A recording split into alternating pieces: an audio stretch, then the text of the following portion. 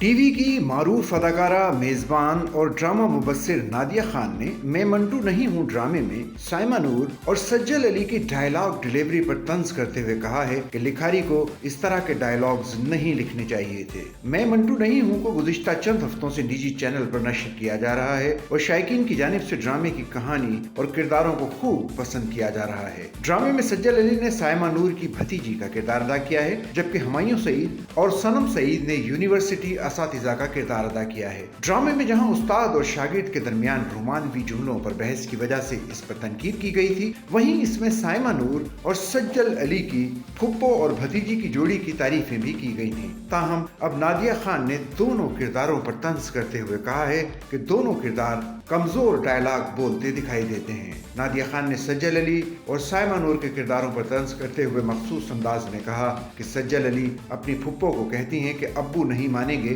تو سائمہ انہیں کہتی ہیں کہ تم منا لو۔ اداکارہ کا کہنا تھا کہ اسی طرح سجل علی کا کردار کہتا ہے کہ ابو انہیں ماریں گے تو سائمہ کا کردار انہیں جواب میں کہتا ہے کہ مار کھا لو۔ نادیہ خان نے سجل علی اور سائمہ نور کے کرداروں کے کمزور ڈائیلاگ پر لکھاری خلیل الرحمان قمر کو بھی آڑے ہاتھوں لیا، تاہم انہوں نے ان کا نام نہیں لیا۔ اداکارہ کا کہنا تھا کہ سائمہ کے کردار کو اس طرح کمزور ڈائیلاگ نہیں بولنے چاہیے تھے، وہ دلائل کے ساتھ بات کرتی۔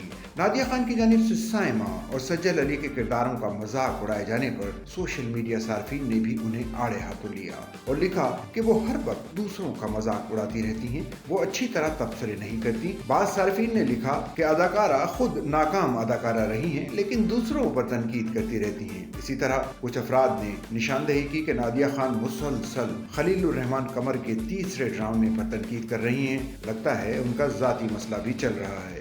سچل نیوز نیٹ ورک کی ویڈیوز میں خوش آمدید۔ ناظرین، ویڈیو سے متعلق اپنی قیمتی رائے کا اظہار کمنٹ باکس میں ضرور کریں اور چینل کو سبسکرائب کریں۔